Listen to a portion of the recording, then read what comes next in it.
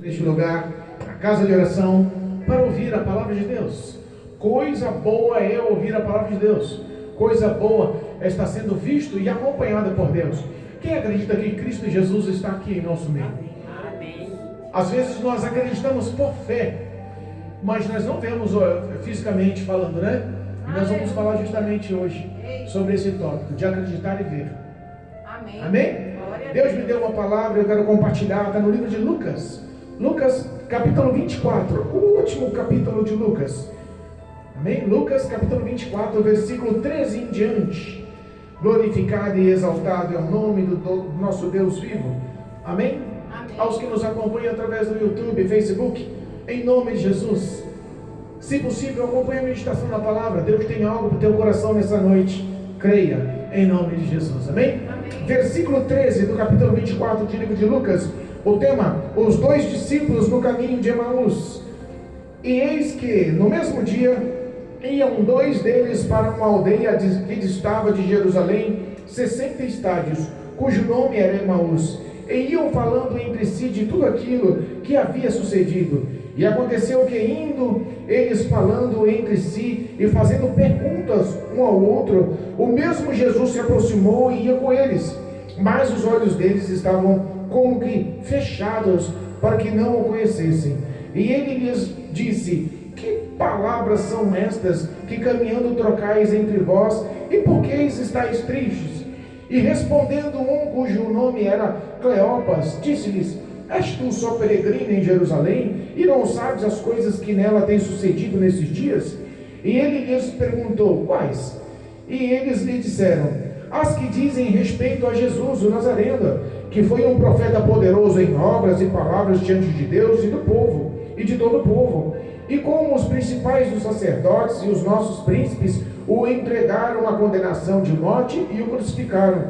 E nós esperávamos que fosse ele o que remisse Israel.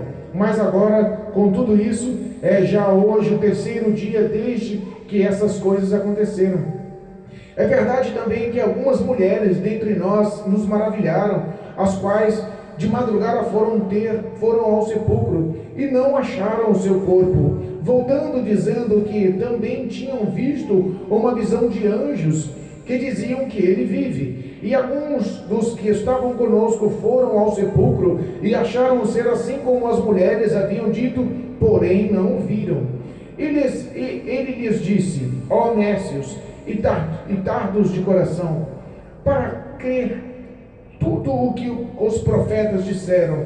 Porventura, não convinha que o Cristo padecesse essas coisas e entrasse na sua glória? E começando por Moisés e por todos os profetas, explicava-lhes o que deles se achava em todas as escrituras. E chegando à aldeia para onde iam, e ele fez com que ia para mais longe, e eles os constrangeram, e eles o constrangeram, dizendo: fica conosco, porque já é tarde, e já declinou o dia. E entrou para ficar com eles. E aconteceu que, estando com ele à mesa, tomou o pão, o abençoou, o partiu e os deu. E abriram-se-lhes então os olhos, e conheceram, e ele desapareceu-lhe. E disseram um para o outro: porventura não ardia em nós o nosso coração, quando ele pelo caminho falava e quando nos abria as escrituras? E na mesma hora, levantando-se, voltaram para Jerusalém, e acharam congregados os 11 e os que estavam com eles, e os quais diziam: ressuscitou, verdadeiramente o Senhor já apareceu a Simão. E eles lhe contaram o que aconteceram no caminho, e como eles foi conhecido no partir do pão. Amém? Amém. Louvado seja Deus. Podemos assentar? Irmãos, nós temos um tema hoje, no mínimo real, no mínimo atual, no mínimo constante. A Bíblia fala que o ministério de Jesus Cristo sobre a face da terra, ele foi repleto de boas e grandes pregações, grandes sermões. Ele foi repleto também de sinais, de milagres, de maravilhas. E a fama de Jesus cresceu, não só em Jerusalém, na Galileia, em Cafarnaum. Ela cresceu em todas as grandes cidades e vilarejos em volta onde estava o seu ministério. Nós sabemos também que o fim desse ministério foi marcado por uma situação de dor. Foi revelado a Cristo que ele padeceria. O próprio Deus mostrou no jardim do Getsemane como seria a transição para pagar o preço pelos nossos pecados na cruz do Calvário. A Bíblia fala que Jesus ficou com tanto medo, tão apavorado, que no Getsemane, orando, recebendo as visões e revelações, ele chorava e ele suava, e o suor se transformou em sangue. De que apavoro! Dá para entender que sofrimento ele teve, que revelação forte foi essa. Pois bem, conhecemos, foi traído por um dos 12 que o seguia, que recebera poder, que conhecia o seu caráter, a sua palavra, os sinais, as obras. Foi traído por Judas, o Iscariote, levado ao Sinédrio. A Bíblia fala que Cristo já tinha falado para os seus discípulos que convinha que tudo isso acontecesse, que ele fosse sim levado aos pecadores e sofresse, padecesse e fosse condenado à morte de cruz, mas também nos avisou: ao terceiro dia ressuscitaria. Ao terceiro dia ressuscitaria. E como é uma coisa incomum, sobrenatural, se falar assim: olha, eu vou morrer, mas daqui a 3 dias eu vou viver de novo, seria difícil entender. As pessoas às vezes marcam em nosso coração o que é trágico como primeiro lugar. A gente dificilmente acredita nas coisas boas. Se a gente ouve um grupo de pessoas falando sobre coisas más, é muito mais fácil a aceitação, não é? Mas se só uma pessoa fala: não, mas tem mudança aí, não, esse negócio pode inverter, pode vir coisa boa da história, é difícil de se entender, ou é difícil de acreditar. Assim aconteceu com Jesus. As pessoas já tinham acostumado com as palavras, já tinham acostumado com os sinais, já tinham acostumado com o grande amor que ele expressava em tudo, em todas as ações. Mas quando falou que ele ia morrer, o ato de morrer, o ato de ser levado ao sinédrio, o ato de ser julgado injustamente, aquilo marcou uma mente e coração. Mas o ressuscitar ao terceiro dia, ninguém lembrou.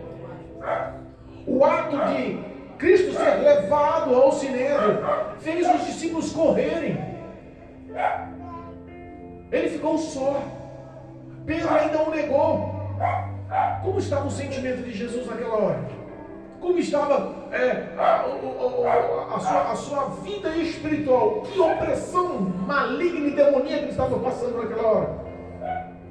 Nós sabemos que ele foi condenado injustamente. O povo o condenou, guiado e entusiasmado, influenciado por todos os sacerdotes e por todos os grandes do sinédrio. Nós sabemos que o povo concorda com a morte e a crucificação. Pilatos lava a sua mão, tinha autoridade para cancelar aquilo, mas decidiu lavar as mãos. E nós sabemos que cada chicotada, que cada açoite, nós sabemos que a coroa de espinho na cabeça, nós sabemos que toda a tortura, sabe, que ele não foi levado pacificamente do Getsemane ao sinédrio, ele foi espancado a noite inteira. A Bíblia fala que soldados levavam espadas, mas também porretes de madeira. Espancaram, socaram, cuspiram, escarraram, deram pauladas em Jesus. Dá para imaginar que noite sofrida foi essa, não? E em tudo isso, os discípulos ficaram sinceramente apavorados e viram ali o fim da derrota do Messias. Eles só enxergaram o fim do ministério, um fim destrutivo, um fim que parece que o inimigo tomou vantagem, um fim que botou em xeque-mate as esperanças deles. Tudo que eles aprenderam por 3 anos e meio parece que perdeu o valor. Quando viram Jesus apanhando no rosto, quando viu Jesus recebendo as chicotadas, quando viu Jesus arrastando a cruz do Calvário pela cidade, quando viu Jesus chegando ao Gólgota e recebendo pregos nas mãos, pregos nos pés, parece que cada situação daquela matava um pouquinho mais os 12 discípulos, os 11 no caso, porque Judas Iscariote já tinham traído. Parece que todas as mulheres e todos os que o seguiam ouviram falar e tiveram em si morta a esperança da remissão do povo de Israel. E é difícil quando você está vivendo situações duras, de sofrimento e de dor. É difícil você ser perseverante e crer. Se alguém fala que é fácil, está mentindo. É difícil. A Bíblia fala na história de dois homens. Um deles, a Bíblia dá nome, Cleopas. Alguns teólogos e estudiosos bíblicos nos ensinam que esse Cleopas era tio de Jesus. O outro não se menciona nome, mas alguns estudiosos bíblicos, alguns grandes teólogos dizem que era o próprio Lucas. Então nós não sabemos quem era oficialmente, mas o nome de um foi especificado, Cleopas. Mas imagina esse Cleopas e imagina que fosse verdadeiramente Lucas. Os dois saindo de Jerusalém e a caminho de um vilarejo chamado Emaús, que tinha uma distância mais ou menos de 11 quilômetros. É uma caminhada grande, né? 11 quilômetros. E as estradas não eram asfaltadas ou não tinham calçadas planas. O negócio era deserto. Era monte, subida, descida, pedra, barranco, sabe, trilhos. Era difícil a caminhada. Mas no meio daquela caminhada só se ouvia lamúrias, só se ouvia pontos de dor, só se ouvia sofrimento. E quando você está com tanto sofrimento constante, diário, que a amargura já te encarnou, já tomou o teu coração, parece que você não consegue enxergar outra coisa. Parece que você não consegue enxergar outra coisa. E não tem coisa que mais machuca e dói do que a morte. Principalmente de quem você ama. Principalmente de quem você gosta. Principalmente de quem está próximo. Quando fala-se de morte, parece que a gente fica sem palavras, né? É difícil aconselhar alguém que está passando pelo luto. É difícil aconselhar alguém que está sofrendo pela morte de um ente querido.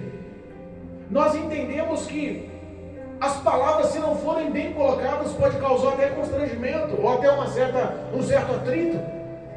E eles estavam ali falando de um homem que era a esperança deles. Eles estavam ali falando de um homem que era a esperança não só pessoal, não só da família, não só da parentela, mas de todo Israel. Eles tinham que Jesus era o Messias, o Filho de Deus, o Salvador, e que vinha se opor contra o reinado romano, contra o Império Romano, para verdadeiramente libertar o povo de Israel. A mente deles estava focada nisso. E geralmente quando você vê uma pessoa como um grande líder, e você vê aquele grande líder que foi a inspiração da sua vida, padecendo e morrendo na cruz, tomando a fama de maldito, apanhando na cara, carregando cruz, sendo chicoteado, você fala: meu Deus, eu depositei a minha fé toda nesse homem. E agora eu estou vendo esse homem sendo massacrado e não reage. Eu estou vendo esse homem sendo dilacerado com chicotes e não ergue a boca para falar, não abre a boca para falar, não ergue a boca para se defender. Eu estou vendo ele sendo injustiçado, as acusações são injustas e esse homem não consegue ter uma atitude, uma ação. Eu imagino se Jesus tivesse tomado uma atitude. Ele tinha poder ou não tinha? Em certa ocasião, conversando com Pilatos, ele falou assim: olha, o Pilatos fala para assim: eu tenho o poder de te livrar ou de te mandar à morte. Jesus olha para ele e fala assim: você só tem poder porque o meu pai me deu poder. Você acha que se eu não pedisse ao meu pai para ele mandar uma legião de anjos aqui, ele não aniquilaria todo mundo, não mataria todo mundo? Jesus continuava sendo Filho de Deus, continuava sendo Deus Todo-Poderoso, continuava sendo o amado do Pai. Ele não perdeu o vínculo, ele não perdeu o contato, não perdeu a aliança com Deus. Ele continuava sendo aquele filho obediente, mesmo padecendo. Nos vem à memória a história de Jó conversando com a sua mulher, né? Jó cheio de feridas, da sola do pé à cabeça, todo machucado, se coçando com um caco de telha, em cima do monte de cinzas. Perdeu todas as suas riquezas e bens, perdeu os seus 10 filhos. Ele estava ali alargado à mercê da morte.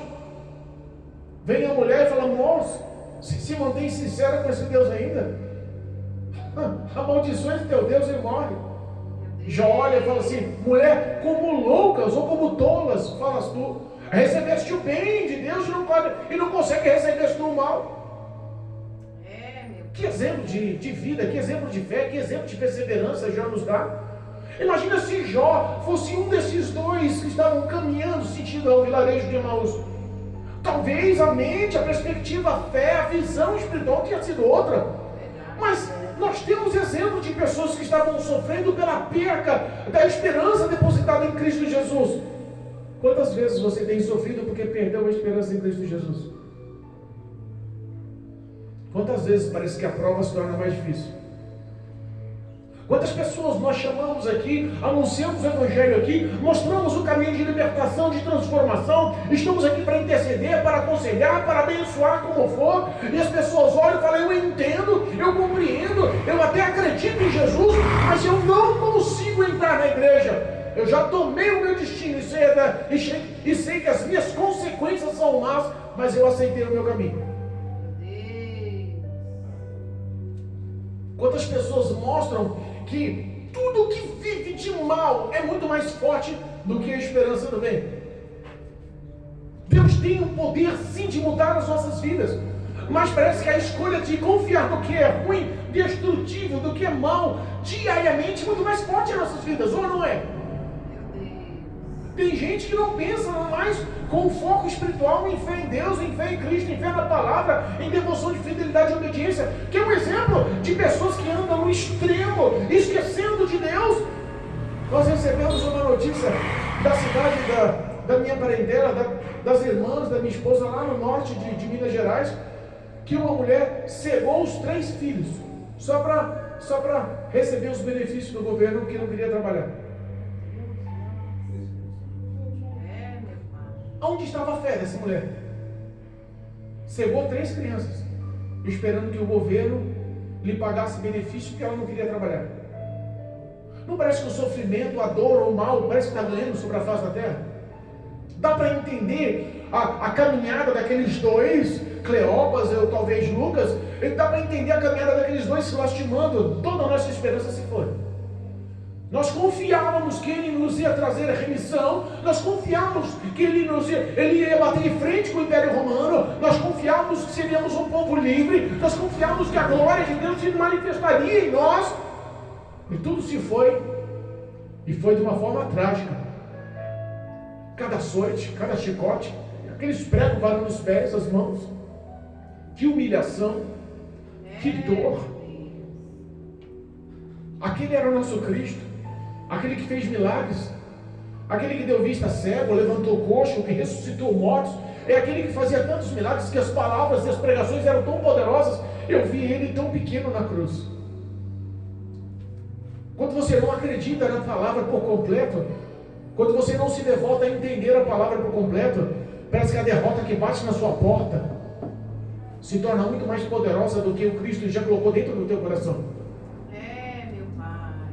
Nós entendemos o ponto de vista daquele homem, mas aqueles homens conversando, mas a Bíblia fala que de repente, o que já tinha morrido e ressuscitou, com glória, aleluia, surge e aparece. Olha aí. E começa a andar no meio deles, no meio do caminho. Eu imagino Jesus andando um pouco mais rápido, vindo de trás, e acompanha os 2 no caminho. Ó, vocês estão bem? Shalom. Estão indo para onde? Estão falando do quê? Por que vocês estão tão tristes? Quando a tristeza chega, não cega a gente. Quando a tristeza chega, cega a gente. Mata a nossa fé. Quando a dor chega, mata a nossa fé. Eles conheciam tudo da palavra, mas estavam cegos. Não conseguiam nem reconhecer a presença de Jesus. E eles começam a questionar, mas rapaz, você é estrangeiro aqui, é? Não está ciente do que está acontecendo em Jerusalém, não, né? Festa da Páscoa, a cidade cheia, e foi levado Jesus o Nazareno, um homem poderoso, um profeta de grande nome, famoso, foi levado ao sinédrio, aos principais, e foi considerado um maldito, condenado à morte. Não está sabendo essa história, não? Meu pai. Eu fico imaginando Jesus ouvindo eles falando, e falando assim, mas rapaz, você só lembra do mal, você só lembra da dor. Esquece que eu estou aqui do lado de vocês. Esquece das palavras que eu falei para vocês. Esquece de tudo que eu já tinha especificado e que a própria palavra de Deus já tinha nos mostrado. Que os grandes profetas já tinham exposto. E ele fala, mas vem cá, não convinha que isso acontecesse com Jesus, o Nazareno? Não era certo dele fazer isso para ir para a sua glória? Ele não falou através de Moisés e de todos os outros profetas, dos grandes profetas, sobre o seu ministério, sobre o fim do seu ministério, sobre o preço, sobre o final, sobre a conclusão do seu ministério. Que propósito havia no ministério? Sabe o que eu fico imaginando? Jesus começa a falar para eles. Eu imagino Jesus indo lá em Isaías 53, o profeta messiânico Isaías, indo lá e falando: olha só, homem experimentado em dores, não era querido, não tinha nenhum atrativo, e por suas pisaduras fomos sarados. Eu imagino as escrituras faladas. Se nós lermos, vamos lá, Isaías 53, glorificado seja o nome do Senhor Jesus. Isaías 53, versículo 3. Imagina Jesus falando e se encaixando com a história dele. Jesus falando, e tudo que Jesus está narrando era a descrição do acontecimento, e a visão deles mesmo assim não entendia. Mas quando Jesus fala da sua própria palavra, quando Jesus fala dos próprios acontecimentos, quando Jesus menciona a profecia de Isaías, uma coisa espiritual começou a acontecer. A Bíblia fala que o coração deles começou a arder com alegria. Quando a palavra entra no ouvido e armazena no coração, ela começa a mudar a sua vida. Sabia disso? Não? Quando a palavra de Deus, todas as vezes que você vem para a igreja, todas as vezes que você senta nesse banquinho, todas as vezes que você louva ao Senhor, toda vez que você abre a boca e dá um glória a Deus, todas as vezes que você ora, todas as vezes que você sente e observa, presta atenção, ouve a palavra, guarda a palavra, você nunca mais sai daqui da mesma forma. Não sai, não sai, não sai. E não é porque o pastor pregando, não. Não é porque eu sou maior ou melhor, não, não. É porque o Espírito de Deus se responsabiliza em tratar o nosso íntimo do nosso coração, porque Ele conhece detalhes da nossa vida que nós mesmos não conhecemos. Ele conhece muito mais a irmã Silvia do que ela mesma. Que coisa, né? Como pode, né? Ele conhece muito mais o Douglas do que o Douglas mesmo. Ou você acha que o Douglas está aqui por acaso? O Douglas está aqui porque o Espírito de Deus o trouxe aqui. Glória a Deus. Não é por acaso, irmãos. A palavra de Deus, ela não vai vazia, ela não volta sem eficácia, ela não tem uma palavra lançada ao vento sem virtude, ela é viva, ela é poderosa, ela continua fazendo milagres. O ato de Jesus expressar se encaixa na história dele. Versículo 3, no capítulo 53 de Isaías: era desprezado e o mais indigno entre os homens, homens de dores, experimentado nos trabalhos, e como que um homem escondido de rosto, era desprezado e não fizemos caso algum dele. Versículo 4: verdadeiramente Ele tomou sobre si as nossas enfermidades e as nossas dores, Ele levou sobre si, e nós o reputamos por aflitos de Deus e oprimido, mas Ele foi ferido por nossas transgressões. Começa a descrição da crucificação. Jesus falando com eles e falando assim: olha, mas Ele foi ferido pelas nossas transgressões. Aqueles homens começam a entender: peraí, o que está acontecendo aqui? Por que essa palavra viva está pulsando dentro do meu coração? Aleluia. Ele moído pelas nossas iniquidades, e o castigo que nos traz paz estava sobre Ele, e pelas suas pisaduras fomos sarados. Todos nós andávamos desgarrados como ovelhas, cada um se desviava para o seu próprio caminho, mas o Senhor fez cair sobre Ele a iniquidade de todos nós. Entendeu o preço do Calvário? Às vezes nós menosprezamos isso. Às vezes nós nem conseguimos entender isso diariamente. Eles tinham visto a crucificação, andaram com Jesus, mas o selo da morte, que frustrou os sonhos de libertação do povo de Israel, fez também o sofrimento ser maior do que a fé e cegou eles. Mas a palavra vem para libertar, a palavra vem para abrir o entendimento, a palavra vem para dar frutos e bons frutos em nosso coração. Glória a Deus. A palavra mencionada por Jesus começou a transformar de dentro para fora a vida daqueles dois homens. A palavra, ela começa de pouco a nos trazer o entendimento do que nós somos perante Deus. Sabe que nós somos? O que foi lido hoje: nação eleita, povo escolhido, amado por Deus. Eu ouvi uma oração lá na clínica de idosos que nós vamos toda quarta-feira. Um dos idosos olhou para mim, 33 anos como professor da escola dominical na Igreja Batista. Eu disse assim, pastor, teve uma certa ocasião na minha vida que eu tive uma dor de dente tão grande, que eu pensei que ia morrer, já não suportava mais. Os anestéticos já não faziam mais efeito, eu estava vivendo o pior da minha vida na saúde. E eu orei ao Senhor de uma forma assim, Senhor, eu sou o teu filho. E por eu ser o teu filho, eu lhe peço, cura-me. Porque se é o meu filho, e eu tenho o poder de tirar essa dor do meu filho, eu tiro. Aleluia. Se o Senhor é o meu Pai, tira essa minha dor agora. Glória a Deus. Visão espiritual em meio à dor. Eita, Jesus. Visão espiritual em meio ao sofrimento. Verdade. Visão espiritual, perseverança, fé ativa no meio da dificuldade. Aleluia. Aqueles dois não estavam vivendo isso, mas a palavra pode muito em seus efeitos. A palavra que nós ouvimos hoje aqui pode ser uma coisa simples, pequena, mas ela está alcançando muitas pessoas, e o responsável pela palavra, o Espírito de Deus, tem poder de fazer um milagre. Aleluia. Qual é a dor? Qual é o marco de morte que está fazendo você perder a fé?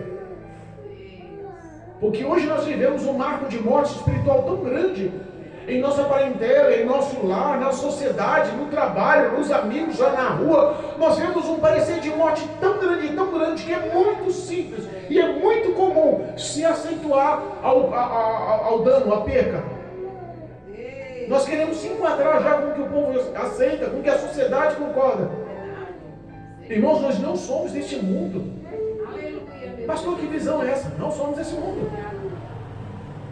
Em Filipenses capítulo 1 fala que Cristo preparou os céus e a recompensa antes da formação do mundo para mim e para você. Nós não somos deste mundo. Ele já tinha preparado a nossa recompensa antes de formar o mundo, antes de formar o homem. Sabe por quê? Porque nós viemos com origem espiritual do próprio Deus. Ele nos deu fôlego de vida. Somos divinos. É verdade. Não somos terrenos. Glória a Deus. Se nossa visão espiritual mudar, irmãos, nós começamos a entender que Cristo não mudou. Verdade. Ele pode, no momento de dor e sofrimento, se mostrar presente, pertinho de você. Aleluia. Eles não conseguiram enxergar, mas aí a Bíblia fala que eles chegaram lá no vilarejo, em Emaús, 11 quilômetros de caminhada, 11 quilômetros batendo papo. Quanto tempo a gente gasta caminhando, fazendo 11 quilômetros? É um tempinho, né? Dá o que? Uma hora?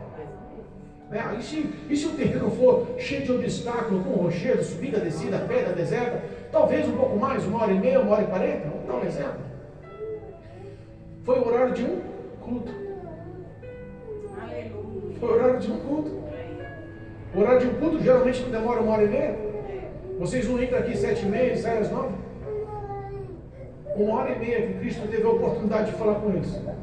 Vocês têm a oportunidade hoje, dessa 1h30, abrir o coração e reconhecer a presença de Cristo na sua vida, ao teu lado, diariamente, constantemente. Eis que estarei convosco todos os dias da vossa vida, até a consumação dos séculos. É esse mesmo Jesus que ministrou aqui no meio do caminho com esses dois homens sentido a Emaús, que está no teu coração, está no teu lado, está no teu lar, está na tua família, está na tua empresa, está na tua parentela. Ele está com você nas situações de dor. Glória a Deus. Mas chegou lá na cidade. Chegou lá na casa deles. Já parou para pensar que convite gostoso? Jesus, não vai não. Já é tarde. Jesus, não vai longe não. Posa aí. Vai lá. Entra aí. Fica com a gente essa noite. Entra na minha casa. Jesus, entra na minha casa. Dá para você fazer um convite assim? Dá?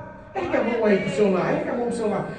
Exercita a fé aí, não é vergonha não. Ergue a mão pro seu lar. Ponta lá para sua casa. Lá, com fé. Ponta lá para sua casa e fala assim: Jesus, entra na minha casa. Não, com fé. Isso não é com fé não. Fala alto aí. Jesus, entra na minha casa. Jesus, fica comigo. Jesus, entra assim, não vai para longe não, fica pertinho. Por que eu estou falando? Porque o convite desses dois, a Bíblia fala que constrangeu Jesus. Verdade. O pedido de amor, o pedido de um filho para pai, o pedido assim com todo carinho, Jesus não distancia não, fica comigo. Glória a Deus. Constrange Jesus. É verdade. Quantas vezes você convidou Jesus para ir para sua casa? Aleluia. Quantas vezes você convidou Jesus? A glória, a graça, a presença do Senhor muda o ambiente. A Bíblia fala que quando Jesus entra na casa, eles ainda não o reconheceram, mas eles foram hospitaleiros, colocaram Jesus como alvo principal, serviram a mesa. Senhor, olha só, antes de se lavar, antes de repousar, antes de passar a noite, vamos comer. E a Bíblia fala que quando Jesus pega o pão, reparte, dá graças Glória a Deus. e dá a eles, abriu o entendimento. Eita, glória. O que representa esse pão hoje na sua vida? O que representa? A Bíblia fala que é alimento. Nós podemos saber que o que Cristo nos alimenta hoje é pela palavra de Deus. Aleluia. A palavra está nos sendo dada hoje para que a nossa visão espiritual abra. O que nos alimenta hoje vai abrir nosso entendimento, a nossa visão espiritual. O que nos alimenta hoje, que é a palavra de Deus, pode ganhar espaço primordial, em primeiro lugar em nosso coração. O ato de convidar Jesus para entrar em nossa casa hoje é um ato principal tão grande, tão importante, que barreiras podem ser quebradas. O ato de você reconhecer Jesus dentro da sua casa é um ato tão grande que o que tem de trevas demoníacas lá vai cair por terra, vai sumir daquele lugar, porque a glória vai invadir aquele lugar. O ato de você reconhecer que Jesus está sendo reconhecido, te dando o poder da palavra para te alimentar, vai mudar não só a sua vida, não só a sua casa, vai mudar todos naquele lugar. Obrigado, Jesus, eu creio. Eles ficaram tão pasmos, porque quando Cristo repartiu o pão e eles o reconheceram, a Bíblia fala que Jesus desapareceu fisicamente, humanamente, carnalmente, no meio deles. Glória a Deus. Sumiu. Gostou do furo? Sumiu. O que Cristo quer é que nós realmente o reconhecemos, o que nós realmente conhecemos e o reconhecemos no momento da dor. Aleluia. Porque não estamos livres da dor. Verdade. Não é porque somos crentes e servimos ao Senhor que estamos imunes às provações e às dificuldades, às necessidades. Espiritualmente, nós estamos aqui lutando por tantas dificuldades nesse ministério. Verdade. Tem muita gente sofrendo nesse ministério e a gente não está vendo. Às vezes nós não estamos acompanhando, mas tem muita gente gritando por socorro nesse ministério. Tem muita gente vivendo dores nesse ministério. E a única coisa que pode ser realmente ser destacada para alimentar e para estruturar é a visão espiritual abrir. E quando a visão espiritual deles abre, sabe o que eles fazem? Eles não ficam se regozijando entre si. Porque quando o coração está cheio da graça, da presença, ele quer repartir lá fora. Glória a Deus. A Bíblia fala que é à noite mesmo. Eles não esperaram outro dia não. Quando você está cheio de Cristo, não há barreiras, não há dificuldade, não há dia frio, né? Há frio, não dá, pastor? Mas você está aí, né? Eita glória. Quando o coração está cheio, não há dificuldades. Quando o coração está cheio da presença de Deus, não há limites, não há desculpas. Quando o homem e a mulher se determina a estar na presença de Deus e Cristo nos enche com a tua presença, com a tua glória, com a tua palavra, com o teu poder, nós automaticamente queremos repartir o que tem em nosso coração. Aleluia. 11 quilômetros para ir. Voltaram à noite correndo, porque queriam anunciar: Ele vive. Glória a Deus. Queriam falar para todos: Jesus Cristo ressuscitou. Queriam falar para todos: a morte não o prendeu. Queriam falar para todos: o nosso sofrimento não se compara, porque Ele nos deu a vitória pela ressurreição. Nos trouxe esperança da eternidade. O primeiro homem na face da terra a ser ressuscitado. Que lindo, né? Glória a Deus. Dá para entender esse marco na sua vida, não? A Bíblia fala que se nós sofremos com Ele em vida, também ressuscitaremos com Ele nos céus. Amém. Eu creio. Às vezes a gente olha e fala assim, mas como é difícil ser crente, né? Como é complicado servir a Cristo, como é complicado congregar, como é sofrido as acusações, as injustiças, como é difícil estar sendo visto pela margem da sociedade, porque nem todo mundo te aprova e quer andar com você não, viu? Nem todo mundo quer andar com você não. Pode te tolerar, mas não te aceita. Porque o cristão é luz no mundo, é sal na terra. Não há acusações do mundo para o mundo. E aqueles que ouvem o mundo é porque falam a palavra do mundo, mas aqueles que protestam como protestantes contra o pecado, realmente esses não são aceitos pelo mundo. É verdade, meu Deus. Mas quando nós estamos cheios da palavra de Deus, quando nós estamos cheios da presença de Deus, nós queremos repartir que Ele ressuscitou e nós ressuscitaremos. Que Ele sofreu e padeceu e nos orientou disso. No mundo tereis aflições. Não pensa que vai ser fácil não. Mas eu venci o mundo. E nos dá um exemplo. Se eu venci o mundo, você pode andar no mesmo caminho, com os mesmos passos, nas mesmas trajetórias. Segue-me de todo o teu coração. Leva a tua cruz, porque você vai ser vitorioso e também há de ressuscitar. Já parou para pensar? Hoje nós cantamos um hino falando que é bonita, né? A cidade que Jesus preparou para nós é bonita. Mas já parou para pensar? Você verdadeiramente parou para pensar no que Deus reservou para nós nos céus? É verdade. Imagina lá, a pastora Jacira tem mania de, quando a irmãzinha Silvia vem chegando, ela corre lá, pega na mão da irmãzinha. A irmãzinha Silvia, né? Vem andando devagarzinho, a pastora vai grudando na mão dela e faz questão de atravessar ela pelo batente da porta para entrar na igreja. Eu imagino essa mesma comunhão, as duas segurando a mão uma da outra e entrando pela linda porta dourada, entrando nos céus. Glória a Deus. Dá para você imaginar? E a sua mente é fértil para isso? Porque Deus nos dá essa liberdade de imaginarmos. Deus nos dá essa liberdade de sabermos que o que Ele preparou para nós realmente é excelente. E o selo, marco, a aliança que nos mostra isso é a morte na cruz do Calvário, porque Ele pagou na cruz do Calvário o preço pelos meus e os teus pecados, e Ele nos dá a esperança, porque é o sangue dele que nos justifica. Não há acusação demoníaca no dia do juízo final, não há apontamento, não há acusação de Satanás no dia do juízo final contra a tua vida, porque o sangue do Cordeiro te justifica. O sangue de Jesus nos purifica, o sangue de Jesus nos perdoa, o sangue de Jesus nos dá vida, e vida plena, abundante, eterna. Eu creio, Jesus. Aleluia. Sai daqui sabendo que você é principal. Sai daqui sabendo que Cristo Jesus te ama. Sai daqui sabendo que o preço no Calvário nos dá a garantia de vitória e de ressurreição. Aleluia. Em nome de Jesus Cristo. Glória a Deus. Sai daqui sabendo que você é precioso e preciosa para Deus, em nome de Jesus, amém? Amém. Louvado seja Deus, bendito e glorificado seja o nome santo do Senhor. Que nós possamos crer que o Senhor Todo-Poderoso e Fiel possa nos dar vitória cada dia, em nome de Jesus, amém? Amém.